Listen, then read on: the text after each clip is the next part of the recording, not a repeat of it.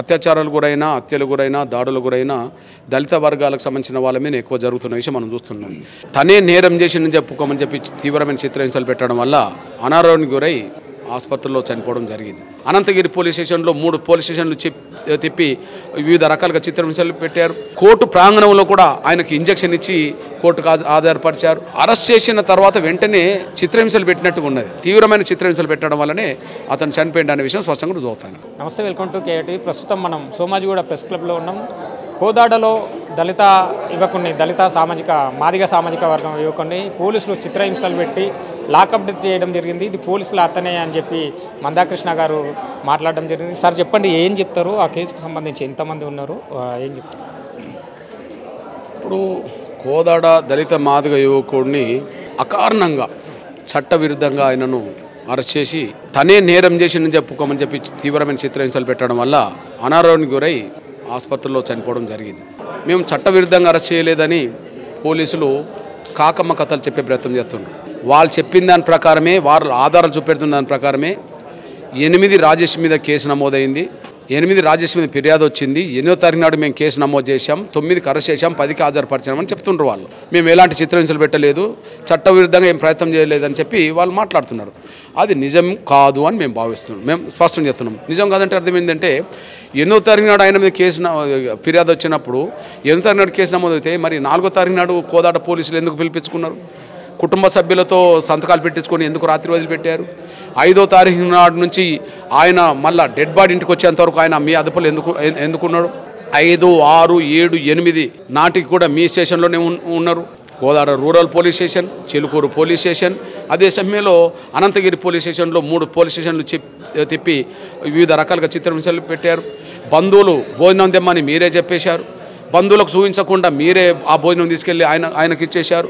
తల్లి కూడా కనీసం చూద్దామన్న కూడా చూపించకుండా మీరు ఇబ్బంది పెట్టారు. ఇవన్నీ సాక్ష్యాలు ఏం చెప్తున్నాయి? చివరికి కోర్టుకు హాజరుపరిచే సమయంలో కోర్టు ప్రాంగణంలో కూడా ఆయనకి ఇంజెక్షన్ ఇచ్చి కోర్టుకు ఆధారపరిచారు. ఇవన్నీ మా దగ్గర ఆధారాలు స్పష్టంగా ఉన్నాయి. అంటే కేసు నమోదు కాకముందే ఈయనను అరెస్ట్ చేశారు, కేసు నమోదు కాకముందే చిత్రహింసలు పెట్టారు.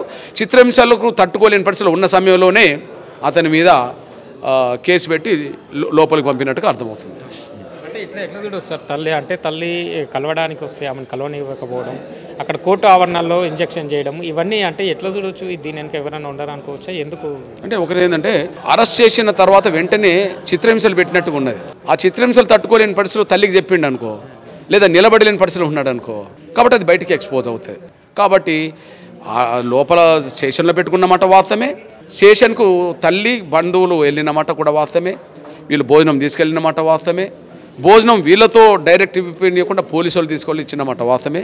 అదే సమయంలో 5వ తారీఖు లేదా 6వ తారీఖు నాడు ఒక కానిస్టేబుల్ ఈయన ఎక్కడైతే డ్యూటీ చేస్తాడో పెట్రోల్ బంకులో ఆ డ్యూటీ దగ్గరికి వెళ్ళి ₹1,00,000 అక్కడి నుండి తీసుకొచ్చుకున్నమాట వాస్తవమే. ఈ A1, A2, A4ను తీసుకెళ్ళి అనంతగిరి పోలీస్ స్టేషన్లో ఏలుముద్రలు వేయించుకున్నమాట వాస్తవమే. ఇవన్నీ జరుగుతున్న పరిస్థితి కనిపిస్తుంది. ఏది ఏమైనా చట్టవిరుద్ధంగా అరెస్ట్ చేసి తీవ్రమైన చిత్రహింసలు పెట్టడం వల్లనే అతను చనిపోయింది అనే విషయం స్పష్టంగా రుజువుతాను. ఇక్కడ రాజేష్ అని 2 పేర్లు వినిపిస్తున్నాయి, ఏంది అసలు మొత్తం ఎంతమంది ఆ రాజేష్? ఓకే, విషయం ఏంటంటే దురదృష్టవశాత్తు ఈయన పేరు రాజేష్ కాకపోతే ఈయన కేసు ఉండేది కాదు. ఎందుకంటే ఒక రాజేష్ అని, ఒక కే రాజేష్ అని ఒక చౌదరికి సంబంధించిన ఒక సోదరుడు ఆయన 2020లో అనారోగ్యానికి గురై ఆసుపత్రిలో చికిత్స చేసుకుంటే ఖర్చు ఎక్కువైంది. ఖర్చు భరించలేని పరిస్థితుల్లో సీఎం రిలీఫ్ ఫండ్ కోసం ఆయన పెట్టుకున్నాడు. అది వెంటనే శాంక్షన్ కాకపోవడం వల్ల ఆయన తిరగడం మొదలుపెట్టింది. ఈ మధ్యకాలంలో ఆయనకు తెలిసింది ఏంటంటే ఈ ₹1,00,000 ఎప్పుడో శాంక్షన్ అయినాయి, కే రాజేష్ పేరుతో మీకు వచ్చినాయి కదా అని చెప్పి ఆ బ్యాంక్ అకౌంట్ కూడా ఆయనకి ఇవ్వడం జరిగింది. అప్పుడు నా పేరుతో వచ్చిన డబ్బు ఇంకో కే రాజేష్కి పడ్డాయి అని చెప్పి ఆయన ఫిర్యాదు చేయడం జరిగింది. వాస్తవానికి కే రాజేష్కు సంబంధం లేదు. ఎందుకంటే ఇక్కడ కే రాజేష్ అని పేరే అయినది, లేకపోతే ఈయన మీద వచ్చేది కాదు. A1, A3 ఎవరైతే ఉన్నారో వాళ్ళు బొల్లమల్లె మాజీ ఎమ్మెల్యే ఆఫీసులో పనిచేసేవాళ్ళు, సీఎం రిలీఫ్ ఫండ్ చూసుకునేవాళ్ళు. ఆ A1కు A3కి ఈ A2 అనేటైనా శేఖర్ అనేటైనా వాళ్ళకు పరిచయాలని, నేను ల్యాబ్ డాక్టర్కి సంబంధించి కొంత ల్యాబ్ టెక్నీషియన్, ఆ సంబంధాలు వాళ్ళకు ఉన్నాయి. కానీ శాంక్షన్ చేసేది వాళ్ళు కాబట్టి A2కు చెప్పడం జరిగింది.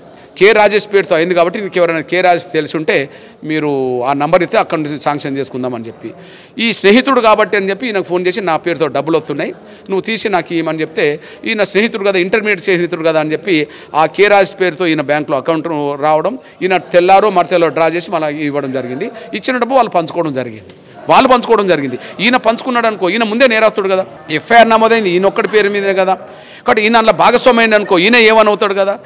ఈయన పేరు వల్లనే నమోదైంది కానీ భాగస్వామ్యం కాదు కదా. భాగస్వామ్యం కాదు కాబట్టి కానీ ఈయన ఏ ఫోర్కి వచ్చాడు ఈయన పేరు మీద వచ్చినాయి కాబట్టి. అయినప్పటికీ తీవ్ర చిత్రహింసలు ఈయననే ముందు పెట్టడం వల్ల ఆయన అనారోగ్యాన్ని కూడా చనిపోయే పరిస్థితికి వచ్చేసింది. ఏం చెప్తారు సార్? అంటే ఇప్పటికీ దాదాపు 80 ఏళ్ళ స్వతంత్ర భారతదేశంలో ఇప్పటికీ గతం ప్రభుత్వంలో కానివ్వండి ఇప్పటికి కానివ్వండి ఇంకా ఈ అట్టాడుగు వర్గాలపైన దళితులపైన ఈ దాడులు ఇంకా జరుగుతూనే ఉన్నాయి.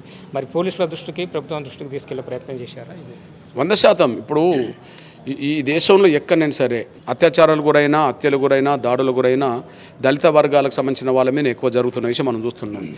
ఎక్కడన్నా పోలీస్ స్టేషన్లో తీవ్ర చిత్రహింసలు గురై లాకప్ డెత్తులు ఎక్కడన్నా జరిగినా కూడా ఆ లాకప్ డెత్తులకు గురై చనిపోతున్న వాళ్ళు కూడా ఈ వర్గాలకు సంబంధించిన వాళ్ళే అని కూడా రుజువు అవుతుంది. అంటే వీళ్ళను ఏం చేసినా చెల్లుబాటు అవుతుంది, ఏం చేసినా మాకేం కాదనే ఒక అది అవుతుంది.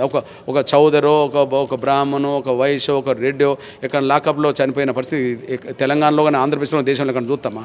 చూడలేము. అంటే ఈ దళిత వర్గాల మీదనే ఇంకా ఇవన్నీ జరుగుతున్నాయనే విషయం రుజువు అవుతుంది. అందువల్ల మేము ఏమంటున్నామంటే ఖచ్చితంగా ఇప్పటికైనా వాళ్ళ మీద కేసు నమోదు చేయాల్సిందే. ఎస్సీ ఎస్టీ కేసు నమోదు చేయాలి, మర్డర్ కేసు నమోదు చేయాలి. చిలుకూరు ఎస్ఐ అదే సమయంలో కోదాడ రూరల్ సిఐ అనంతగిరిలో సంతకాలు పెట్టుకున్న వాళ్ళని కూడా కేసు నమోదు చేసి వాళ్ళని జైలుకు పంపాలని చెప్తున్నాం. అదే సమయం సిట్టింగ్ జడ్జితో హైకోర్టు సిట్టింగ్ జడ్జితో విచారణ జరిపించాలి. ఫోరెన్సిక్ డాక్టర్ల బృందంతో మళ్ళీ రీపోస్ట్మార్టం చేయాలని చెప్పి మేము డిమాండ్ చేస్తున్నాం.